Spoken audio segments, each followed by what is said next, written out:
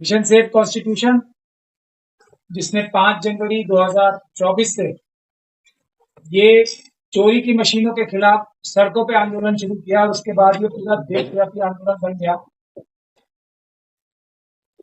और ये आंदोलन चोरी की मशीनों का देश की जनता ने हम लोगों से करने के लिए कहा था, जिसमें हमारी जितनी ताकत थी, देश की जनता की जितनी ताकत थी, हम सबने लगाई। लेकिन ये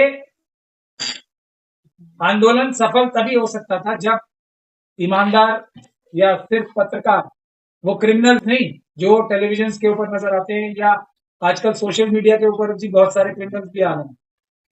आप जैसे पत्रकारों ने ऐसे टाइम में, जब एक टाइम पे लोकसभा के चुनाव के बाद बहुत सारे लोगों ने हिम्मत हार दी थी, बहुत सारे लोग थक के घर बैठ गए थे या किसी ना किसी वजह से इस चोरी की मशीनों के आंदोलन से दूर हो गए थे, तो आप लोग हमारे साथ जुड़े रहे, उस आवाज को बुलंद करते रहे, जो आवाज हम अदालतों के अंदर, सड़कों पे और आपके माध्यम से देश और दुनिया में बताते रहे। यहां तक कि अमेरिका के इलेक्शन में भी एलन मस्क को भी इन चोरी की मशीनों के खिलाफ बोलना पड़ा और पूरी दुनिया का एक आंदोलन अब बन चुका है। और आज जो बहुत ही खुशी का दिन है, सबसे पहले आज संविधान दिवस है, आप सब लोगों को पता ही है।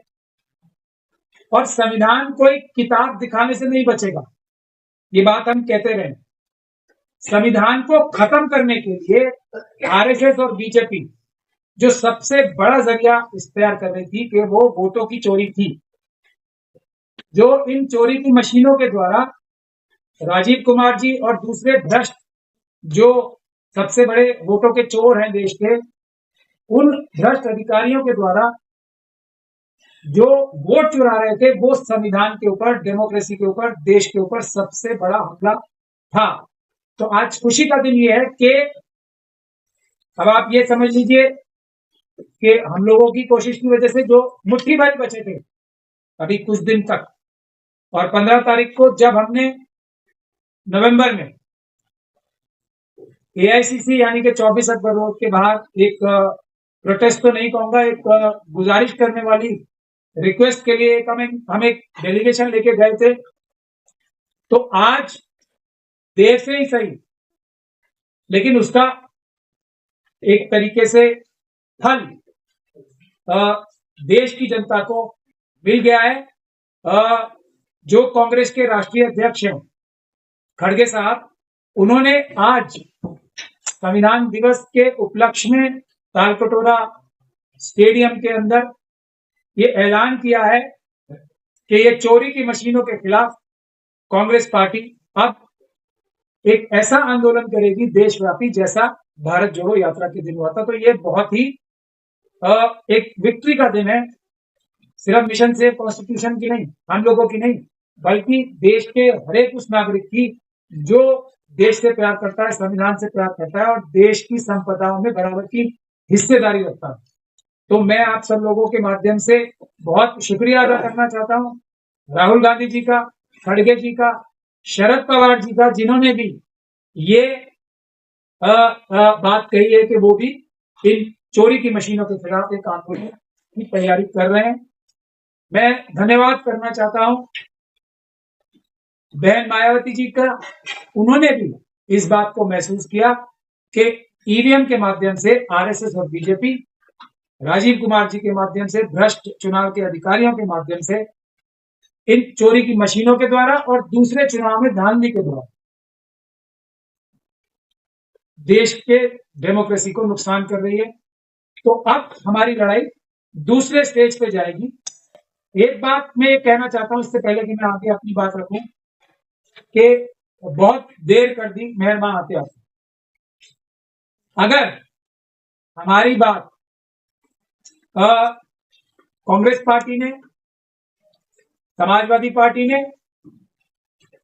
बहुजन समाज पार्टी ने, तृणमूल कांग्रेस ने, डीएमके ने, नेशनल कॉन्फ्रेंस ने, शिवसेना जो असली उद्धव ठाकरे साहब की शिवसेना है, उसने, शरद पवार साहब ने, लालू यादव साहब ने, तेजस्वी यादव साहब ने खासतौर पर, और बड़े दुख के साथ मैं ये बोलना चाहता हूं कि नवीन पटनायक साहब ने हमारी बात अगर पहले सुन ली होती कांग्रेस पार्टी ने, खड़गे जी ने, राहुल जी ने, तो आज देश में प्रधानमंत्री नरेंद्र मोदी साहब नहीं होते, बल्कि कोई इंडिया गठबंधन का प्रधानमंत्री होता। ये बात मैं पूरे दावे के साथ कह रहा हूं। आज हमारी बात को, उस बात को दुनिया पहचान रही है, कांग्रेस पार्टी पहचान रही है और दूसरे ऑपोजिशन के लीडर्स पहचान रहे हैं कि भारतीय जनता पार्टी को अभी भी हमारी पूरी बात नहीं मान रहे हैं शायद। अब ये आने वाला वक्त बताएगा कि हमारी बात को कितनी मानते हैं। कि हमारा ये कहना, और मैं तथ्यों के आधार पर कोई बात करता हूं, बगैर तथ्यों के, बगैर लॉजिक के, बगैर पूरी रिसर्च किए, बगैर सारा डेटा कलेक्ट किए मैं कोई बात नहीं करता हूं। 50 से ज्यादा सीटें भारतीय जनता पार्टी की लोकसभा में नहीं आ सकती थी अगर चुनाव निष्पक्ष होता, अगर इन चोरी की मशीनों का प्रयोग नहीं होता। पहली बात। दूसरी बात, हरियाणा इंडिया गठबंधन कांग्रेस पार्टी चुनाव कभी भी नहीं आ सकती थी। भारतीय जनता पार्टी की 10 सीटें नहीं आती हरियाणा में अगर इन चोरी की मशीनों का प्रयोग नहीं हुआ होता। महाराष्ट्र में मैं ये फिर बहुत जिम्मेदारी के साथ बोल रहा हूं, बीजेपी की 50 सीटें भी नहीं आती महाराष्ट्र में, पूरे महाराष्ट्र में।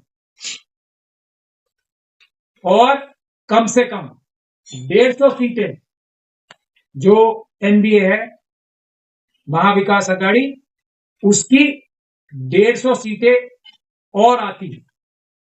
ये मैं पूरी जिम्मेदारी के साथ कह रहा हूं। इसीलिए आज थोड़ा अफसोस भी है कि आए तो सही, बहुत देर कर दी मेहरबान आते आते।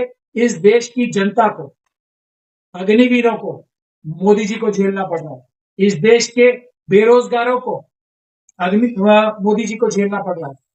इस देश को, चाइना को अपनी जमीन मोदी जी की वजह से गंवानी पड़ रही है। इस देश में अडानी, अंबानी और यूसुफ लूलू जैसे जो बिजनेसमैन कहलाते हैं वो क्रिमिनल्स, चोर, उनको झेलना पड़ रहा है, जो देश से लाखों लाखों करोड़ रुपए देश के लूट के भाग चुके हैं। उन सब लोगों को झेलना पड़ रहा है।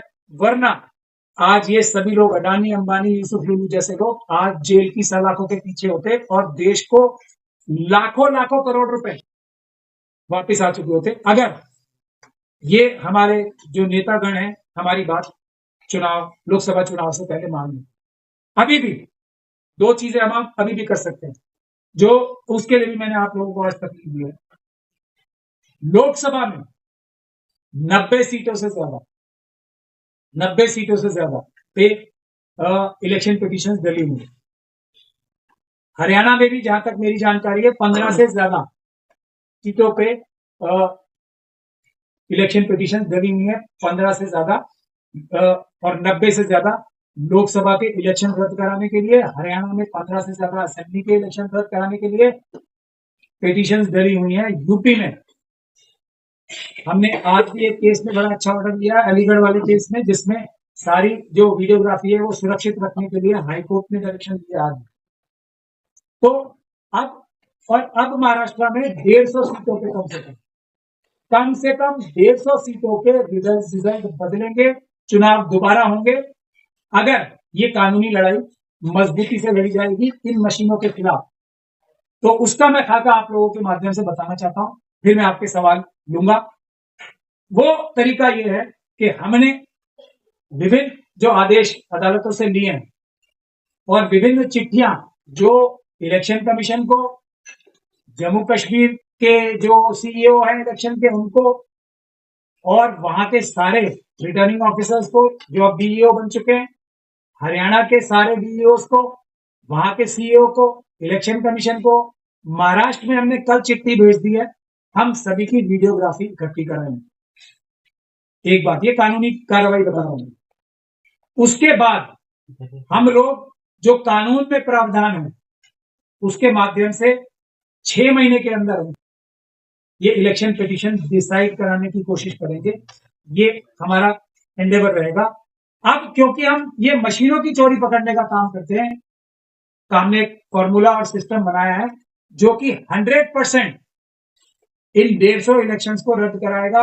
हरियाणा में 15 से ज्यादा इलेक्शंस को रद्द कराएगा। लेकिन यहां नेताओं को हमारी बात सुननी पड़ेगी, हमसे स्ट्रेटेजी बनवानी पड़ेगी, क्योंकि हमने देवाशायन साहब ने उनकी जो सिटीजन कमीशन फॉर इलेक्शन है और डॉक्टर प्यारेलाल गर्ग, उन्होंने सारा डेटा कलेक्ट किया है। तो हम एक टीम की तरह काम कर रहे हैं, बहुत सारे लोग इसमें हैं, पूरी दुनिया के एक्सपर्ट्स इसमें मौजूद हैं। और मैं यहाँ अपनी ड्यूटी में फेल करूंगा अगर मैं सैम पिट्रोडा साहब का नाम न लूं। उन्होंने भी काफी मदद हमें इस सारे आंदोलन में की है, डेटा कलेक्ट करने में, और मॉरली भी वो हमारे साथ खड़े रहे, इसलिए मैं उनका भी धन्यवाद करना चाहता हूँ। तो हम लोगों ने, खासतौर पर देवाशायन साहब ने, मैंने और प्यारेलाल गर्ग साहब ने ऐसा फुल प्रूफ सिस्टम बनाया है जिससे हम अदालत में ये केसेस सारे 100% जीतेंगे। ऐसा हमने वो सिस्टम बना लिया। तो ये सिस्टम में कमी कहां? एक तरफ तो ये सारी गड़बड़ी और धांधली चुनाव आयोग अपने भ्रष्ट अधिकारियों के साथ मिलकर कर रहा है, उसका तरीका, उसको खत्म कराने का, इस धांधली को, उसके खिलाफ जो रिलीफ लेने का या उससे राहत पाने का एक ही तरीका है, वो इलेक्शन पिटीशन फाइल करना अदालत में। अब जो सबसे बड़ी